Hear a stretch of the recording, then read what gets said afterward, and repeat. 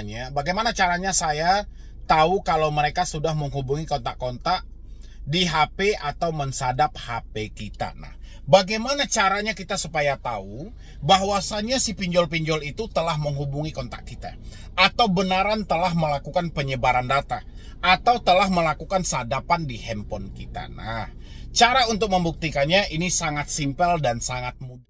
Masuk dengan nomor baru.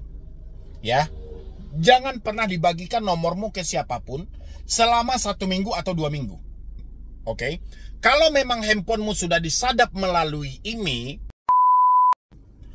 apa yang harus dilakukan jika ada telepon WhatsApp dari DC? Saya sudah kebingungan, Bang. Duit saya sudah tidak ada dan DC-nya sudah datang. Siapa kira-kira teman-teman yang sama juga bertanya dengan hal seperti itu, yang mana dia ditelepon dan di WhatsApp oleh DC, mungkin menyampaikan mengirimkan surat somasi, atau menyampaikan ada kunjungan hari ini, atau menyampaikan ada pelacakan lokasi, misalnya gitu kan, sehingga menimbulkan sebuah kebingungan, padahal si DC sebelumnya sudah datang ke rumah kita. Nah, ini teman-teman semuanya, saya ajarin Anda untuk menanggapi atau menyikapi tentang kasus yang seperti ini. Tapi sebelumnya seperti biasa, yang belum mensupport channel ini boleh disupport dulu, karena supportan dan dukungan Anda menjadikan saya lebih semangat lagi. Silahkan. Oke, ini dia sampaikan ya.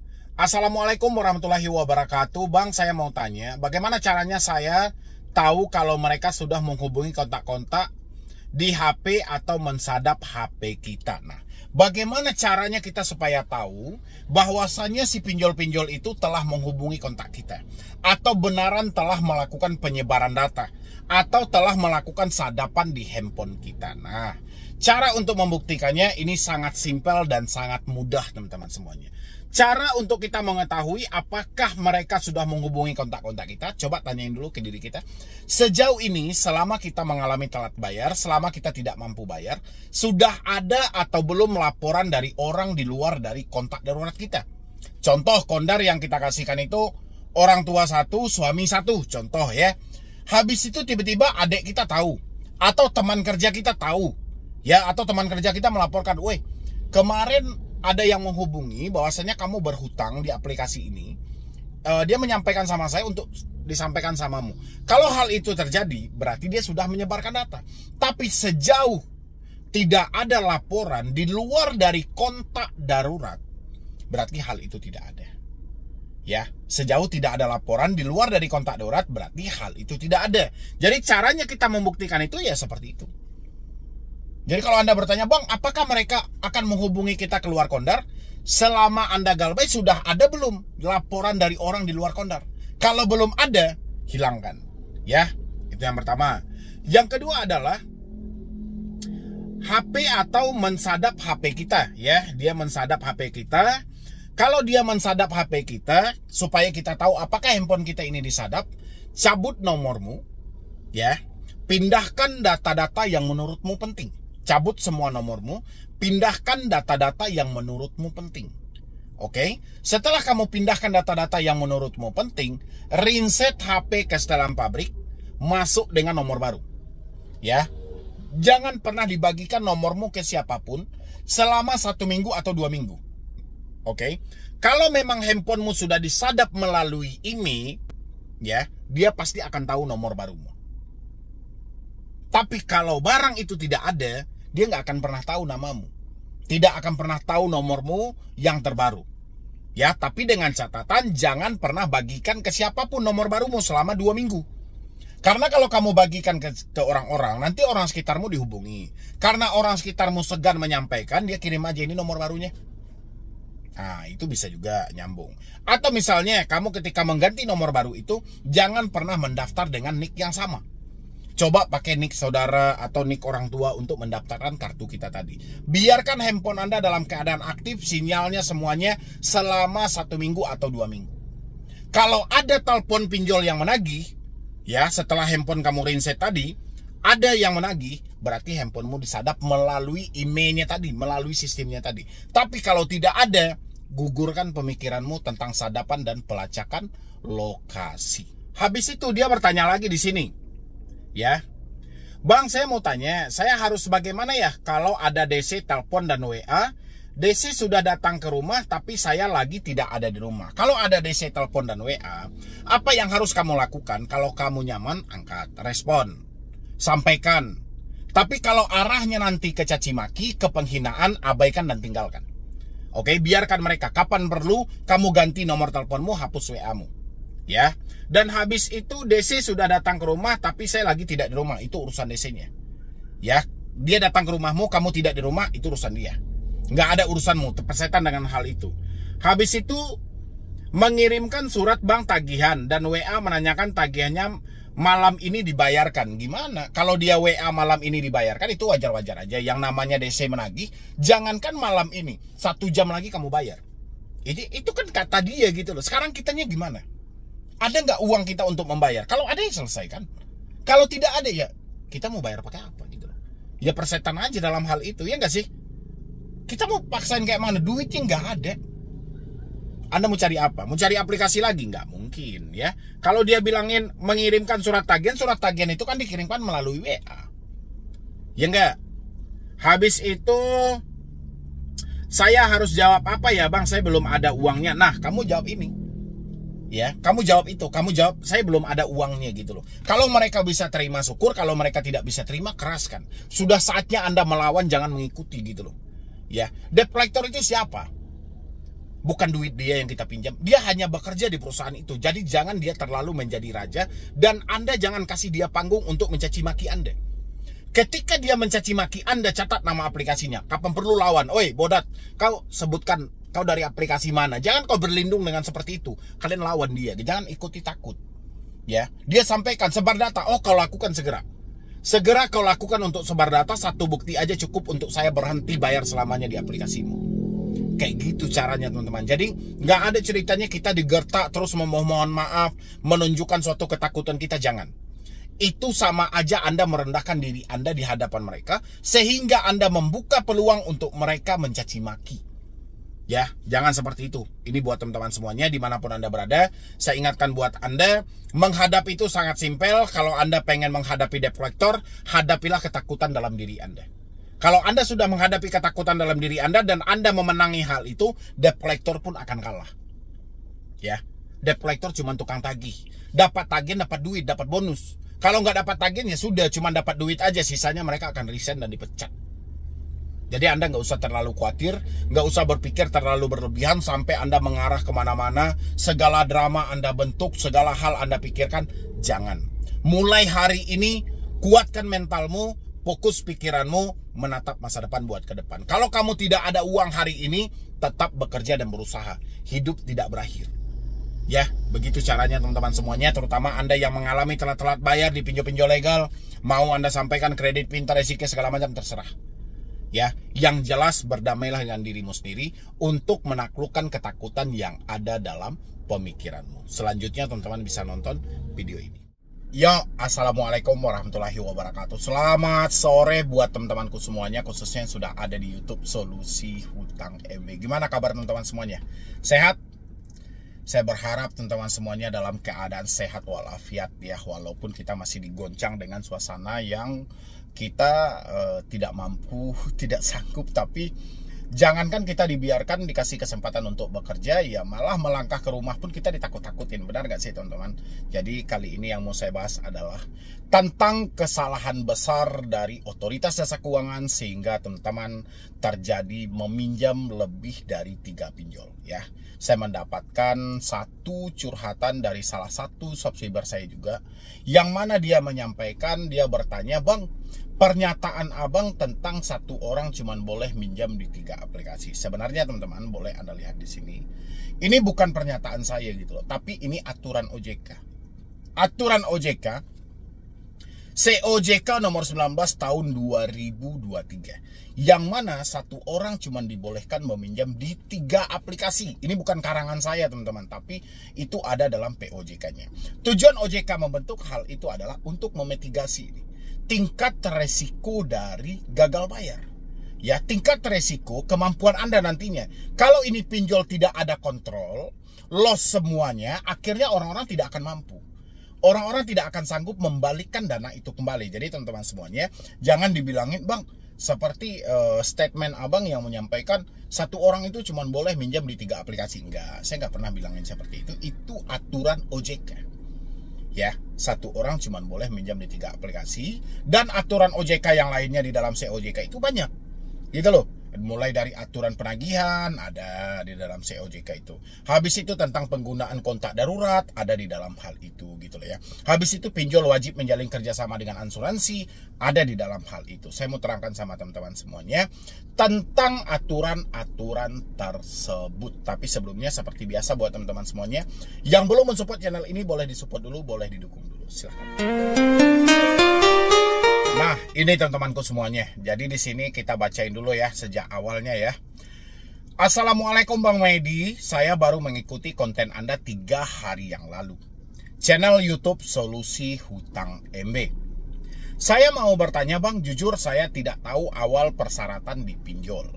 Karena saya galau tulop membutuhkan dana buat memperpanjang kontrak usaha saya. Sedangkan saya tidak punya uang lagi dan akhirnya saya pinjam di aplikasi Shopee Pinjam 7 juta dengan tenor 9 bulan dan berjalannya 7 bulan saya bisa mencicil angsurannya dan tinggal 2 bulan lagi. Ya, hebat banget ya, tinggal 2 bulan lagi ya, mudah-mudahan selesai ya. Usaha saya sekarang lagi menurun drastis, boro-boro buat bayar angsuran di Shopee, sedangkan di belanja keperluan usaha saya saja pusing banget ngaturnya sampai saya berpikir gali lubang tutup lubang dan sampai saat ini saya berada di 8 aplikasi pinjol Bang. Ini sangat disayangkan banget ya. Sangat disayangkan banget gitu loh. Dia minjam di Shopee di awal pinjaman pertamanya.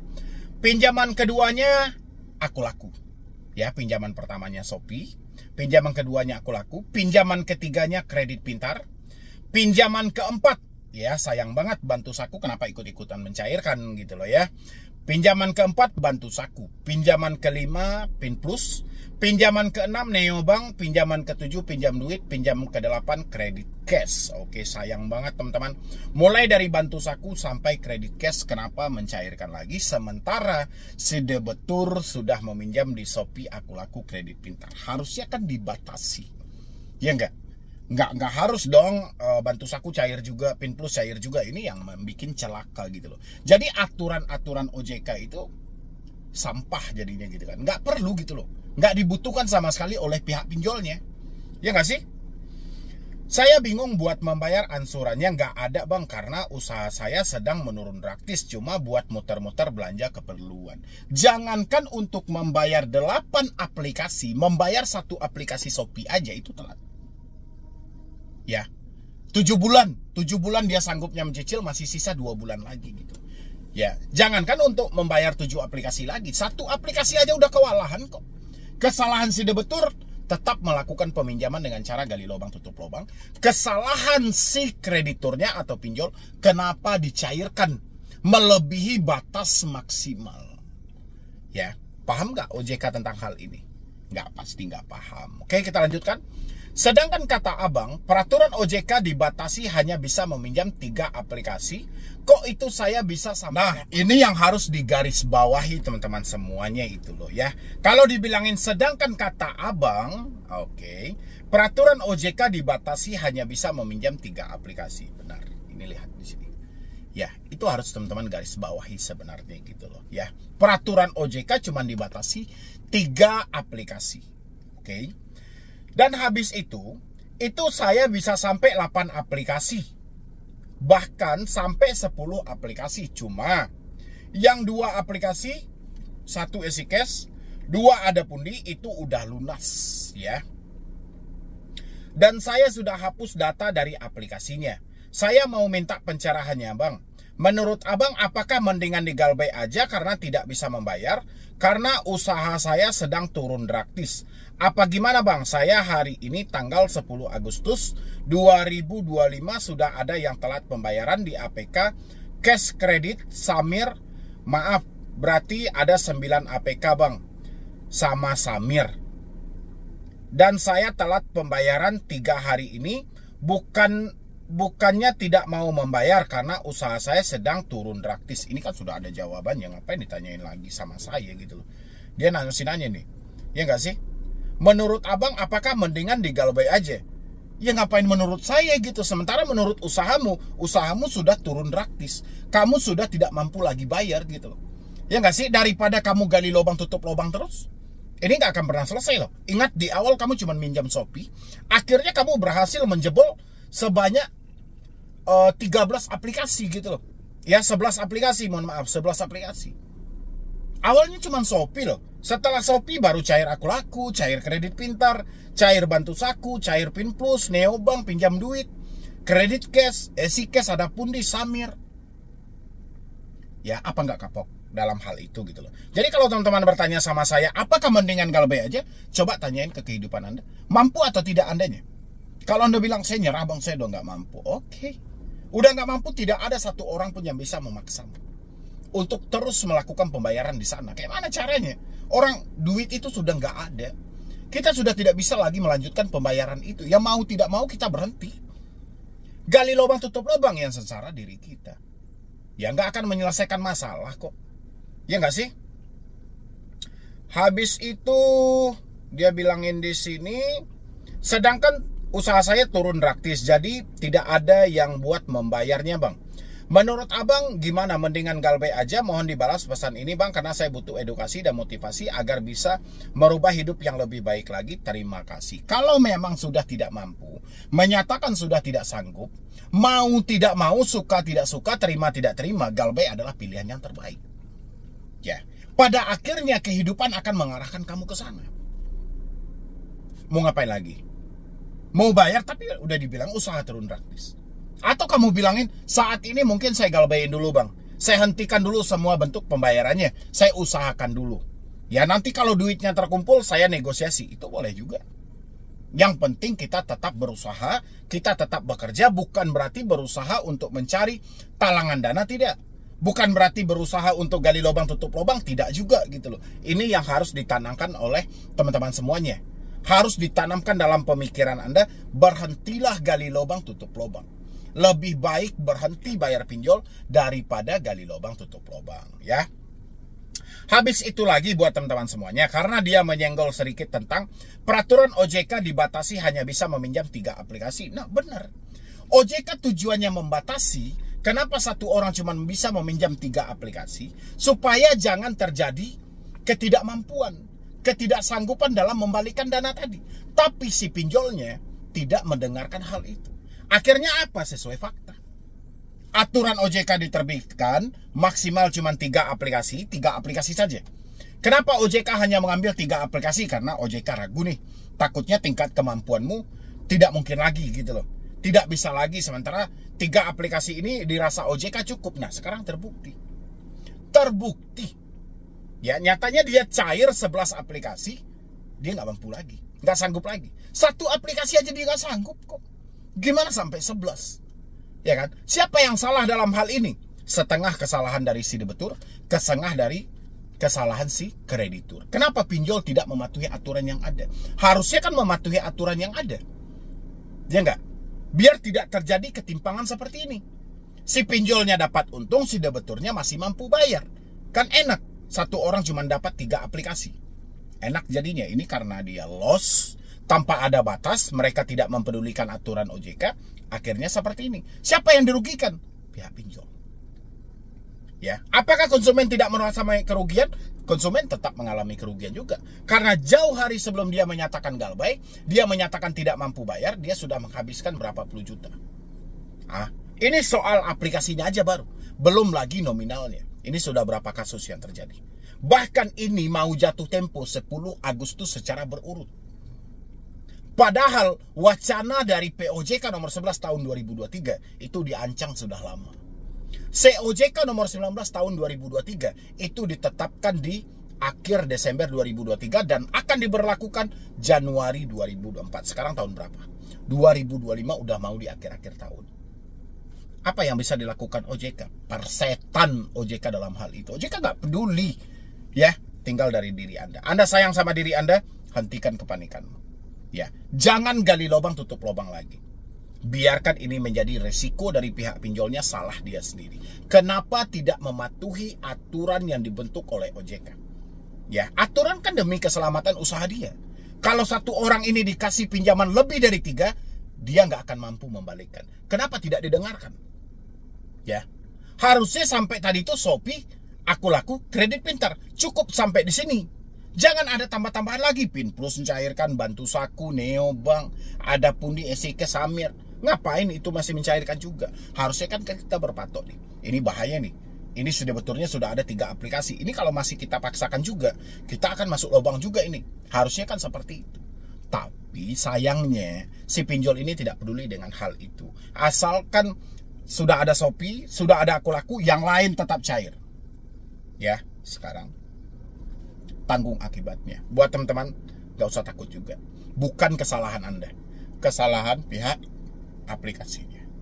Ya, mungkin dari saya cuma itu aja dulu buat teman-teman semuanya. Terima kasih banyak Anda sudah mensupport, sudah mendukung saya juga di sini. Dan jangan lupa juga untuk di-like dan di-share juga video ini, dan di-share sebanyak-banyaknya supaya di luar sana orang juga mengetahui bahwasannya kalau dia meminjam lebih dari 3, itu bukan kesalahan dia, tapi kesalahan aplikasinya.